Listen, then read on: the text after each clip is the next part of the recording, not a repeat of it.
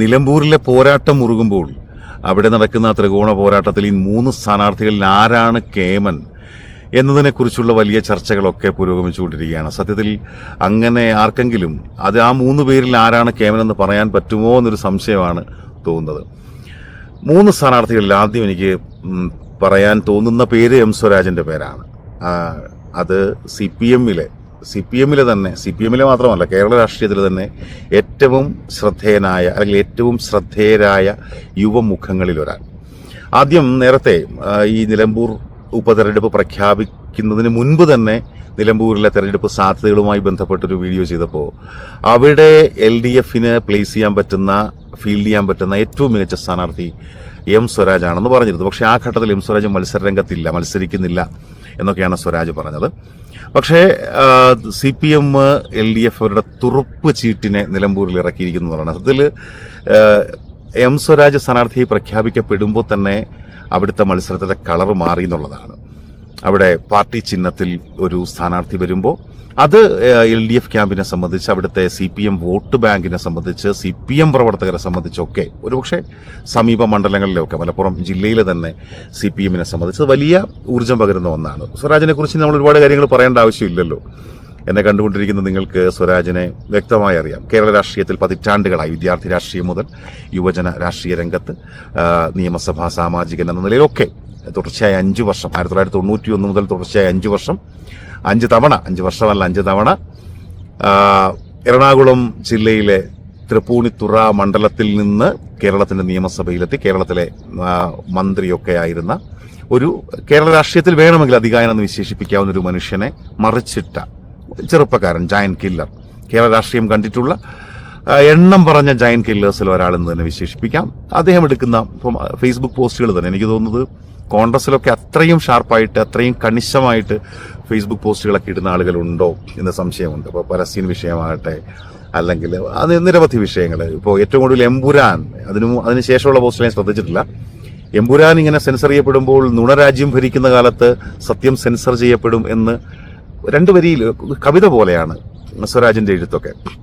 അപ്പൊ അങ്ങനെ എല്ലാ തരത്തിലും ശ്രദ്ധേയനായ, എനിക്ക് തോന്നുന്നു കോൺഗ്രസിന്റെ യുവനിര, അതിശക്തമായ യുവനിര ഉണ്ടെന്ന് പറയുമ്പോഴും അവിടെയും അവർക്കും അവരോട് കിടപിടിക്കാൻ, അല്ലെങ്കിൽ ഒരു ഷാഫി പറമ്പിലിനോടൊക്കെ കിടപിടിച്ച് നിൽക്കാൻ പറ്റുന്ന, മത്സരിച്ച് നിൽക്കാൻ പറ്റുന്ന ഒരു യുവ നേതാവ് എം സ്വരാജ് തീർച്ചയായും ഈ മത്സരരംഗത്തെ ശ്രദ്ധേയമാക്കുന്ന ഒരു പ്രാതിനിധ്യം തന്നെയാണ് അദ്ദേഹത്തിന്റെ സ്ഥാനാർത്ഥിത്വം. ആര്യാടൻ ഷൗക്കത്തിലേക്ക് വന്നാലോ? ആര്യാടൻ ഷൗക്കത്തിനെ നമുക്ക് ഒരു കാരണവശാലും തിരസ്കരിക്കാവുന്ന അല്ലെങ്കിൽ മാറ്റി നിർത്താവുന്ന, കേമത്വം കുറച്ച് കാണാൻ കഴിയുന്ന ഒരു സ്ഥാനാർത്ഥിയല്ലല്ലോ. ആര്യാടൻ മുഹമ്മദ് എന്ന് പറയുന്നത് എന്റെ തലമുറയിലോ, നമ്മൾ എന്നെ കേട്ടുകൊണ്ടിരിക്കുന്നവരുടെ തലമുറയിലെയോ എന്റെ മുൻ തലമുറയിലെയോ ഒക്കെ ആളുകൾ കണ്ടിട്ടുള്ള ഏറ്റവും വലിയ, അല്ലെങ്കിൽ കേരളം ദർശിച്ചിട്ടുള്ള ഏറ്റവും നല്ല, അല്ലെങ്കിൽ ഏറ്റവും മികച്ച ഒരു മത നിരപേക്ഷനായൊരു മനുഷ്യൻ. ഒരുപാട് ഞാൻ പറഞ്ഞു പോകുന്നില്ല, മറ്റ് ചില വീഡിയോകളിലൊക്കെ പറഞ്ഞിട്ടുണ്ട് ആര്യാടൻ മുഹമ്മദിനെ നേരിട്ട് കണ്ട സമയത്തുള്ള അനുഭവങ്ങളൊക്കെ. അപ്പോൾ ആര്യാടൻ മുഹമ്മദിനെ കുറിച്ച് ആദ്യം ഞാനൊക്കെ കുട്ടിക്കാലത്ത് കേൾക്കുന്നത് അബ്ദുൽ നാസർ മദനിയുടെ ഈ പ്രസംഗ കാസറ്റുകളിലൊക്കെയാണ്. അപ്പോൾ അതിൽ വല്ലാത്തൊരു മനുഷ്യൻ ആര്യാടൻ മുഹമ്മദ്. അപ്പം മദനി പ്രസംഗങ്ങളിൽ പറയുന്നതെന്ന് വെച്ചാൽ ഈ റമദാൻ മാസത്തിൽ മറ്റു വിശ്വാസികൾ, അതായത് ഇപ്പോൾ ഹിന്ദു മതവിശ്വാസികളാകട്ടെ, ക്രിസ്തു മതവിശ്വാസികളാകട്ടെ, മറ്റു മതവിശ്വാസികൾ പോലും മുസ്ലിങ്ങൾ നോമ്പ് നോക്കുന്ന സമയത്ത് അവരുടെ ഒന്നും മുമ്പിൽ വെച്ച് സിഗരറ്റ് വലിക്കാറില്ല, വെള്ളം കുടിക്കാറില്ല. അങ്ങനെയൊക്കെയുള്ള സമയത്ത് ആര്യാടൻ മുഹമ്മദ് എന്ന് പറയുന്ന മനുഷ്യൻ റമദാൻ മാസത്തിൽ വെള്ളിയാഴ്ച പള്ളികൾക്ക് മുമ്പിലൂടെ പരസ്യമായി സിഗരറ്റും വലിച്ചുകൊണ്ട് നടക്കുന്ന ആര്യാടൻ മുഹമ്മദ് എന്നൊക്കെ കേട്ടിട്ടുണ്ട്. അപ്പൊ അന്നൊക്കെ നമ്മൾ വിചാരിച്ചത് എന്തോ വലിയ ഭീകരനായ മനുഷ്യൻ, വളരെ കുട്ടിക്കാലത്തുള്ള കാര്യമായി പറയും. അതിനുശേഷം ആര്യാടൻ മുഹമ്മദ് എന്ന് പറയുന്ന മനുഷ്യൻ കേരള രാഷ്ട്രീയത്തിന്, കേരളത്തിന്റെ പൊതുസമൂഹത്തിന് നൽകിയിട്ടുള്ള സംഭാവനകൾ എന്തൊക്കെയാണെന്ന് പിന്നീട് നേരിട്ട് ബോധ്യപ്പെട്ടിട്ടുണ്ട്. അദ്ദേഹം ഈ സമൂഹത്തോട് എങ്ങനെയാണ് സംവദിക്കാൻ ശ്രമിച്ചത് എന്ന് മനസ്സിലാക്കിയിട്ടുണ്ട്. കേരളത്തിന്റെ മതനിരപേക്ഷത നിലനിർത്താൻ അദ്ദേഹം എത്രത്തോളം പരിശ്രമങ്ങൾ നടത്തിയിട്ടുണ്ട് എന്ന് മനസ്സിലാക്കിയിട്ടുണ്ട്. അദ്ദേഹത്തിന്റെ മകനാണല്ലോ ആര്യാടൻ ഷൗക്കത്ത്, മികച്ച എഴുത്തുകാരനും സിനിമാ പ്രവർത്തകനും തിരക്കഥാകൃത്തും. അങ്ങനെ ആര്യാടൻ മുഹമ്മദിന്റെ എല്ലാ തരത്തിലുള്ള മതനിരപേക്ഷ സ്വഭാവവും കിട്ടിയിട്ടുള്ള ഒരു മുതലാണ് ഈ ആര്യാടൻ ഷൗക്കത്ത്. ഇപ്പോൾ പ്രവാസ ലോകത്തൊക്കെ എനിക്ക് തോന്നുന്നു OICCയും KMCCയും അത്തരം സംഘടനകളുമായിട്ടൊക്കെ വളരെ അടുപ്പം പുലർത്തുന്ന, അവരൊക്കെ എപ്പോൾ വിളിച്ചാലും ഇവിടേക്ക് ഓടിയെത്തുന്ന ഒരു മനുഷ്യനാണ്. ഒരു സാത്വികനാണ്. ഉറപ്പായിട്ടും ഒരു നല്ല നിയമസഭാ സാമാജികനാകാനുള്ള എല്ലാ അർത്ഥത്തിലും എല്ലാ കഴിവും അർഹതയും എന്നൊക്കെ നമുക്ക് വേണമെങ്കിൽ പറയാൻ പറ്റുമെങ്കിൽ അതൊക്കെ ഉള്ളൊരു മനുഷ്യൻ തന്നെയാണ് ആര്യാടൻ ഷൗക്കത്ത്. പക്ഷേ ഇപ്പുറത്ത് സ്വരാജ് വന്നതോടുകൂടി മത്സരം കുറച്ചു കടുത്തോ എന്നുള്ളൊരു സംശയമുണ്ട്. ഇനി പിന്നെ അൻവറിന്റെ കാര്യം പറയേണ്ട ആവശ്യമില്ലല്ലോ. അൻവർ എന്ന് പറയുന്ന ആള് ഇപ്പൊ നമ്മൾ നിലപാടുകളുടെ 3 പേരും നിലപാടുകളുടെ രാജകുമാരന്മാരാണെന്ന് പറയുമ്പോഴും അതിൽ കുറച്ചും കൂടെ അതിനകത്ത് ഒരു തലയെടുപ്പുള്ളത് അൻവറിനാണെന്ന് പറയേണ്ടി വരും. അൻവർ പഴയ അൻവറാണോ ഇപ്പോഴത്തെ അൻവർ എന്ന് ചോദിച്ചാൽ നമുക്ക് അതല്ല എന്ന് പറയേണ്ടി വരും. അല്ലെങ്കിൽ പഴയ അൻവറിന്റെ നിഴലോ അല്ലെങ്കിൽ ഫോട്ടോസ്റ്റാറ്റോ ഒക്കെ ആയിട്ട് അൻവർ മാറിയിട്ടുണ്ട്. അങ്ങനെ പറയുമ്പോഴും ഒരു ക്ലാസ്സിൽ നമ്മൾ പറയാറുണ്ട്, ക്ലാസ്സിൽ അപ്രിയമായ ചോദ്യം ചോദിച്ച ഒരു കുട്ടിയെ അധ്യാപിക അല്ലെങ്കിൽ അധ്യാപകൻ ഇറക്കി വിട്ടു. അങ്ങനെ ക്ലാസ്സിൽ നിന്ന് ആ കുട്ടി ഇറക്കി വിട്ടത് കൊണ്ട് ആ ചോദ്യം ഇല്ലാതാകുന്നില്ല. അൻവർ കേരളത്തിന്റെ പൊതുസമൂഹത്തിൽ ഉന്നയിച്ച ചോദ്യങ്ങളൊക്കെ അങ്ങനെ തന്നെ നിൽക്കുന്നുണ്ട്. അപ്പോ അൻവർ ഇറക്കി വിടപ്പെട്ടു അല്ലെങ്കിൽ അൻവറായിട്ട് തന്നെ ഇറങ്ങി വന്നു. അപ്പൊ അതൊക്കെയാണല്ലോ സാഹചര്യം. എങ്കിൽ തന്നെയും ഇപ്പോ പ്രവാസ ലോകത്ത് വന്നതിന് ശേഷം അൻവറിനെ കുറിച്ച് നമ്മൾ പല സുഹൃത്തുക്കളോടൊക്കെ സംസാരിക്കുമ്പോൾ അൻവറിനോട് സത്യത്തിൽ വല്ലാത്ത ഇത്രയധികം ഫോളോവേഴ്സ് ഉള്ളൊരു മനുഷ്യനായിരുന്നോ അല്ലെങ്കിൽ ആണോ ഈ അൻവർ എന്ന് തോന്നിപ്പോയിട്ടുണ്ട്. കാരണം അദ്ദേഹം ഒന്നാമത് CPM മെമ്പറോ അല്ലെങ്കിൽ അങ്ങനെ പാർട്ടി ചിഹ്നത്തിൽ മത്സരിക്കുന്ന ആളോ ഒന്നുമല്ലല്ലോ. എങ്കിൽ പോലും കേരളത്തിൽ എനിക്ക് തോന്നുന്നു ഏറ്റവും കൂടുതൽ അങ്ങനെ പിന്തുണയുണ്ടായിരുന്ന ഒരു ഇടതുപക്ഷ നേതാവായിരുന്നു PV അൻവർ.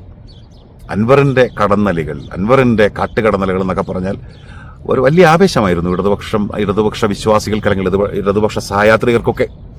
അപ്പൊ അത്രയും ഫോളോവേഴ്സും അല്ലെങ്കിൽ അത്രയും സപ്പോർട്ടും കിട്ടിയിരുന്ന മറ്റൊരു ഇടതുപക്ഷ നേതാവ് ഉണ്ടോ എന്ന് എനിക്ക് സംശയമുണ്ട്. അല്ലെങ്കിൽ ഏറ്റവും പ്രധാനപ്പെട്ട നേതാക്കളെ പോലെ തന്നെ അൻവറിനും അങ്ങനെ ഒരു അക്സെപ്റ്റൻസ് ഉണ്ടായിരുന്നു ഇടതുപക്ഷ സഹയാത്രികർക്കിടയിൽ. അതിപ്പോഴുണ്ടോ എന്ന് ചോദിച്ചാൽ ഒറ്റ വാക്കി പറയാൻ പറ്റുമോ അതില്ല എന്ന്. അപ്പൊ അങ്ങനെ ആയിരുന്ന അൻവർ, കേരള രാഷ്ട്രീയത്തിലെ ഏറ്റവും ശ്രദ്ധേയനായിരുന്ന അൻവർ, അദ്ദേഹം ചില ചോദ്യങ്ങൾ ചോദിക്കാനും മറ്റ് ചില തരത്തിൽ ചില പോരാട്ടങ്ങൾ നടത്താനും ഒക്കെ ആയിട്ട് അദ്ദേഹം ഒരു സാക്രിഫൈസ് നടത്തി എന്ന് തന്നെയാണ് തോന്നുന്നത്. അദ്ദേഹം സമർത്ഥമായി കാര്യങ്ങൾ വിശകലനം ചെയ്ത് മുന്നോട്ട് പോവുകയൊന്നും ചെയ്തില്ല. എങ്കിൽ പിന്നെ രണ്ടും കൽപ്പിച്ച് എന്നുള്ള നിലയിൽ അദ്ദേഹം തന്നെ പറയുന്നത് പോലെ സ്വാതന്ത്ര്യ സമര സേനാനി പുത്തൻവീട്ടിൽ ഷൗക്കത്ത് അലിയുടെ പാരമ്പര്യമാണല്ലോ. ആ പാരമ്പര്യം പേറുമ്പോൾ പുത്തൻവീട്ടിൽ അൻവർ ഈ നിലയ്ക്കാണ് പെരുമാറുക എന്നൊക്കെ അദ്ദേഹം പറഞ്ഞു. ആ നിലയ്ക്ക് അദ്ദേഹത്തിന്റെ ആ പോരാട്ടം അങ്ങനെ തന്നെ തുടരുന്നു എന്ന് വിശ്വസിക്കാനാണ് ഇപ്പോഴും ഇഷ്ടം. അദ്ദേഹം ആ പോരാട്ടം തുടരട്ടെ. അപ്പൊ ഈ 3 സ്ഥാനാർത്ഥികൾ, BJPയുടെ സ്ഥാനാർത്ഥിയും അതുപോലെ SDPയുടെ സ്ഥാനാർത്ഥിയും ഒക്കെ ഉണ്ടെങ്കിലും ഈ 3 സ്ഥാനാർത്ഥികൾ മത്സരരംഗത്തിറങ്ങുന്നതോടെ അതൊരു എൽ ക്ലാസിക്കോ ആണ് എന്ന് പറയാതിരിക്കാൻ യാതൊരു നിവൃത്തിയില്ല. നമ്മളൊക്കെ കൊള്ളാം, ഇത് ഇങ്ങനൊരു മത്സരം, ഇതാണ് നമ്മൾ കാണാൻ കാത്തിരുന്നൊരു അംഗം, ഇത് നമുക്ക് കാണണം. എന്തൊക്കെ എവിടുന്നൊക്കെ ആരൊക്കെ വോട്ട് വരും, എന്തൊക്കെ അടിയൊഴുക്കുകൾ വരും. ഈ 3 പ്രഗത്ഭന്മാരിൽ, ഈ 3 കേമന്മാരിൽ ആരെ നിലമ്പൂർ പിന്തുണയ്ക്കുമെന്നുള്ളതാണല്ലോ ചോദ്യം.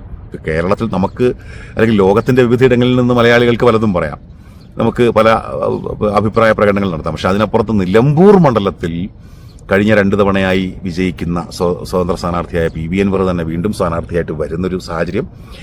M സ്വരാജിനെ പോലെ മലപ്പുറം ജില്ലക്കാരനായ CPMന്റെ ഏറ്റവും കരുത്തനായ നേതാവ് അല്ലെങ്കിൽ CPMന്റെ കരുത്തരായ നേതാക്കളിൽ ഒരാൾ CPMന്റെ തുറുപ്പ് M സ്വരാജ് ഇവിടെ വന്നിറങ്ങുന്നു.